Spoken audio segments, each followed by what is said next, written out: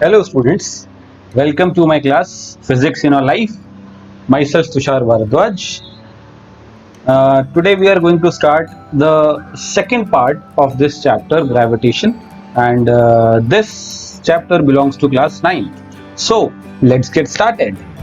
Okay, now before starting this part second, let us discuss about some important points or the importance of gravitation.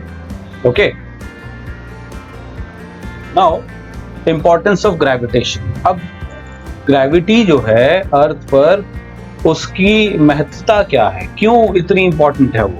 तो सबसे पहला point जो मैंने लिखा है वो ये है कि जो अर्थ है वो सन के चारों ओर जो रिवॉल्व कर रही है, it is due to the gravitational force of sun. Okay, sun के ग्रेविटेशनल फोर्स की वजह से जितने भी प्लैनेट्स हैं हमारे सोलर सिस्टम में वो सब रिवॉल्व कर रहे हैं. ठीक है, यूनिफॉर्म सर्कुलर मोशन में. समझ आया? तो अगर ग्रेविटेशनल फोर्स नहीं होगा तो प्लैनेट्स रिवॉल्व नहीं करेंगे. इसका मतलब है कि सोलर सिस्टम एग्जिस्ट नहीं करेगा. ओके, तो सबसे इंपॉर्टेंट जो पॉइंट है इस सोलर सिस्टम को मेंटेन करके रखने का, जोड़ कर रखने का, वो क्या है? Gravitational force, presence of gravitational force. Right. Okay, अब अगर हम अर्थ की बात करते हैं तो अर्थ पर जितनी भी नेचुरल एक्टिविटीज हो रही हैं, जितनी भी नेचुरल फिनोमेनाज हो रहे हैं, जैसे एटमॉस्फेयर है अर्थ का, बारिश की जो रेन ड्रॉप्स होती हैं वो फॉल होती हैं टुवर्ड्स द अर्थ. ओके, और जो वाटरफॉल्स होते हैं उसमें पानी डाउनवर्ड डायरेक्शन में फॉल होता है. ठीक है, अर्थ की अपनी पोजीशन जो वो फर्म है उसकी पोजीशन वो. ओके, और मून को जो अर्थ ने बांध के रखा हुआ है वो. ओके, तो ये सब कुछ किसकी वजह से हो रहा है? It is due to the gravitational force of earth. Is it clear students? Okay, now एक और बहुत ब्यूटीफुल फिनोमिना है जिसको हम बोलते हैं tides. Okay, tides are caused due to the gravitational force of moon. तभी आपने कभी भी ये ऑब्जर्व किया होगा कि जिस दिन फुल मून होता है उस दिन टाइड्स हाई होती हैं, और जिस दिन नो मून वाली सिचुएशन आ जाती है वहां पर जो समुद्र है वो बहुत शांत बहता है. समझ आया? तो कभी भी ऑब्जर्व करना. ओके, जैसे दिन में जो उसकी लहरें होती हैं वो बहुत नॉर्मल रहती हैं, जैसे जैसे शाम होती चली जाती है, रात होती चली जाती है, समुद्र की जो लहरें हैं वो बहुत ज्यादा तेज हो जाती हैं, मतलब हाई हो जाती हैं. ठीक है, और जो फुल मून होता है जिस दिन, उस दिन तो वो अपने चरम सीमा पर होती है, मतलब बहुत हाई होती हैं. ओके, तो these are the few points which prove that gravitation is very important for us. Without gravity we cannot exist, मतलब life cannot exist. Okay, समझ आ गया? Okay, now next point is free fall. इससे question जरूर आता है आपके exam में. Now what is free fall? आपको वर्ड से समझ आ रहा होगा. फ्री फॉल मतलब जब कोई ऑब्जेक्ट फ्रीली फॉल हो. ठीक है, अब कोई ऑब्जेक्ट फ्रीली फॉल कैसे होगा? जब उस पर सिर्फ और सिर्फ ग्रेविटेशनल फोर्स लगे. इसका मतलब है कि जब उस ऑब्जेक्ट पर ग्रेविटी ऑफ अर्थ एक्ट करे ओनली, उसके अलावा उस पर कोई फोर्स ना लगे. जैसे हम किसी ऑब्जेक्ट को थ्रो करते हैं, तो थ्रो कर रहे हैं तो मतलब मैं फोर्स लगा रहा हूं. अगर मैं उसको ड्रॉप कर रहा हूं तो इसका मतलब क्या है कि मैं उस ऑब्जेक्ट पर क्या कर रहा हूं कि मैंने कोई फोर्स नहीं लगाया. Is it clear? Okay. Now, Galileo Galilei proved that the acceleration of an object falling freely towards the Earth does not depend on the mass of the object. ये बात क्लियर हुई कि गैलीलियो ने ये prove किया कि जो object है, ऑब्जेक्ट का जो मास है उस पर एक्सेलरेशन जो है फ्रीली फॉलिंग ऑब्जेक्ट का डिपेंड नहीं करता. जैसे अभी मैं आपको एक ये क्लिप दिखाऊंगा जो कि नासा का एक्सपेरिमेंट है और बीबीसी ने उसको क्या नाम है रिकॉर्ड किया था. तो मैंने भी वो वीडियो यूट्यूब से इसमें इंसर्ट की है. ओके, ये मैं रेफरेंस दे रहा हूँ. ओके, कि मैंने ये वीडियो कहाँ से ली है. ओके, तो मैं वो प्ले कर रहा हूँ, आप इसको एक बार देखिएगा. ओके, मैं आपको पहले थोड़ा सा डिस्क्रिप्शन दे देता हूँ. इसमें दो केसेस दिखाए गए हैं. पहला केस क्या है कि जिसमें उन्होंने वैक्यूम क्रिएट नहीं किया, नॉर्मल कंडीशंस है, नॉर्मल एटमॉस्फेरिक कंडीशंस है, उसमें एक बॉल है, ठीक है, और कुछ फेदर्स हैं, तो वो दोनों को एक साथ ड्रॉप कर रहे हैं, ड्रॉप, थ्रो नहीं कर रहे हैं, ध्यान रखिएगा। फ्री फॉल में ड्रॉपिंग वाला केस होता है, थ्रो वाला केस नहीं होता। और सेकंड केस उन्होंने क्या किया, इस पूरे के पूरे चैम्बर को उन्होंने वैक्यूम क्रिएट कर दिया, इसके अंदर सारी की सारी एयर इससे निकाल ली, और उसके बाद फिर उन्होंने वही सेम चीज की, ड्रॉप किया। तो फिर देखिए क्या ब्यूटीफुल एक्सपेरिमेंट इन्होंने किया।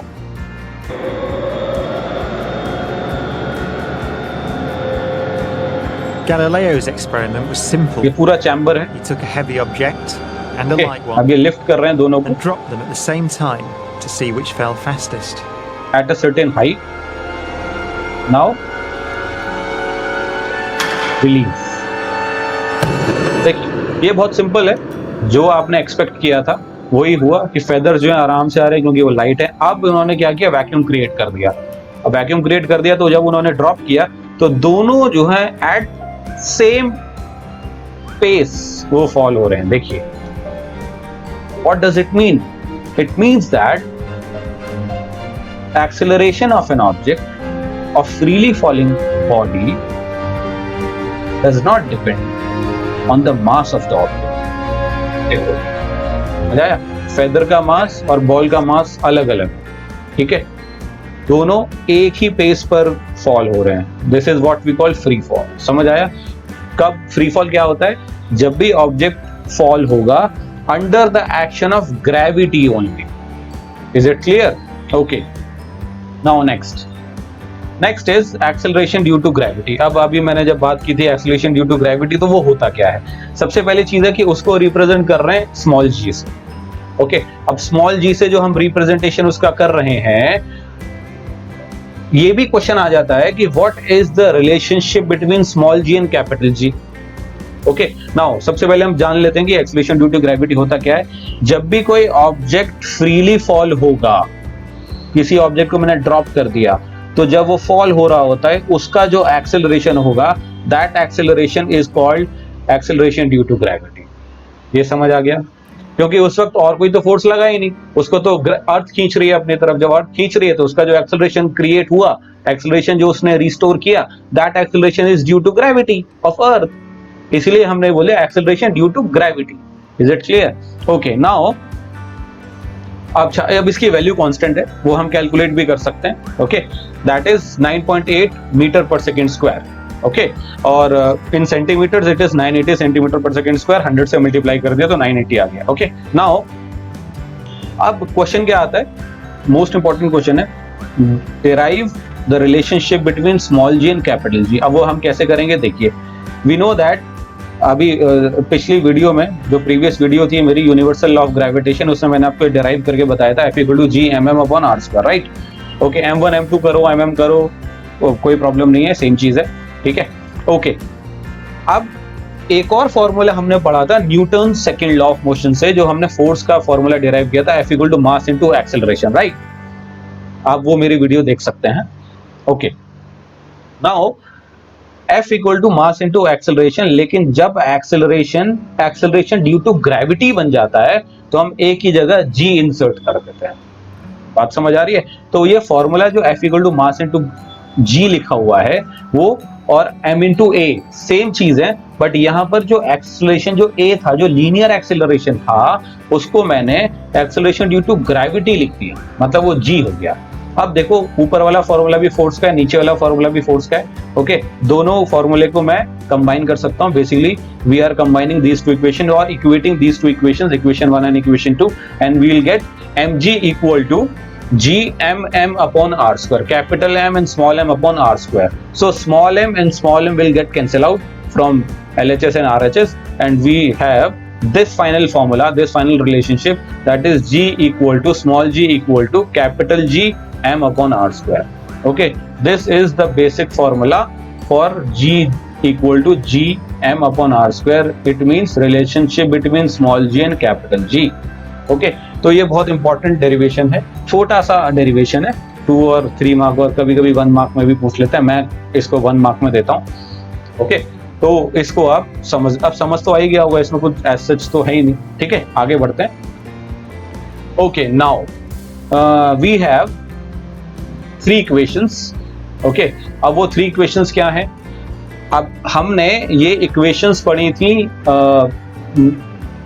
मोशन चैप्टर में, ठीक है? क्या v minus u equal to at, v square minus u square is equal to 2as and s equal to ut plus half at square, right? Half at square. Okay, अब जब हम इन equations को in terms of gravity लिखेंगे तो अब इसमें क्या क्या चेंजेस आएंगे? अब न्यूमेरिकल्स तो इस चैप्टर में भी है, ठीक है? तो अब इस चैप्टर में अगर मैं यही इक्वेशंस ऑफ मोशन लगाऊं तो under the influence of gravity ये इक्वेशंस क्या बन जाएंगी, वो मैंने आपको दोनों को एक तरीके से टैबुलर फॉर्म में मेंशन कर दिया है, लिख दिया है, जिससे आपको बिल्कुल क्लैरिटी मिल जाए। तो देखो v minus u equal to at था यहाँ पर a जो है लीनियर एक्सेलरेशन है, बट क्योंकि हम ग्रेविटी के टर्म्स में लिखेंगे तो अब वो जो एक्सेलरेशन, जो लीनियर एक्सेलरेशन है, वो हो जाएगा एक्सेलरेशन ड्यू टू ग्रेविटी। तो a की जगह पर वो g आ जाएगा। इक्वेशन 1 क्लियर हो गई। Now second equation, v square minus u square equal to 2as।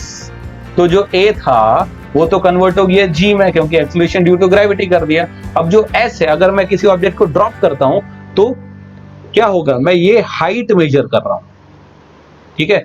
Distance में ऐसे मेजर कर रहा था, ठीक है? अब हाइट में ऐसे मेजर करूंगा तो वो जो डिस्टेंस है s, वो जो है उसको हम रिप्रेजेंट करेंगे h की टर्म्स में, हाइट की टर्म्स में, जब हम ग्रेविटी की बात कर रहे हैं। Okay, now the third equation will becomes h equal to ut plus half gt square. देखिए h equal to ut plus half gt square, s की जगह पर h आ गया और a की जगह पर g आ गया। ये क्लियर हो गया?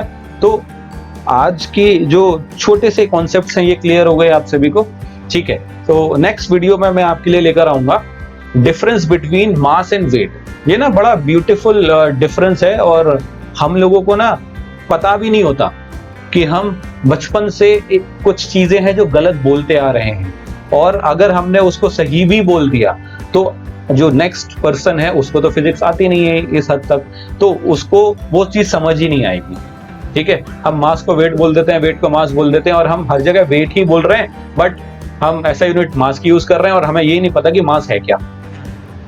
बात समझ आ रही है? तो wait for my next video, और मैं नेक्स्ट वीडियो में वो डिफरेंस बताऊंगा। बहुत ब्यूटीफुल डिफरेंस है और मजा आएगा उसको समझ के, ठीक है? Okay, thank you.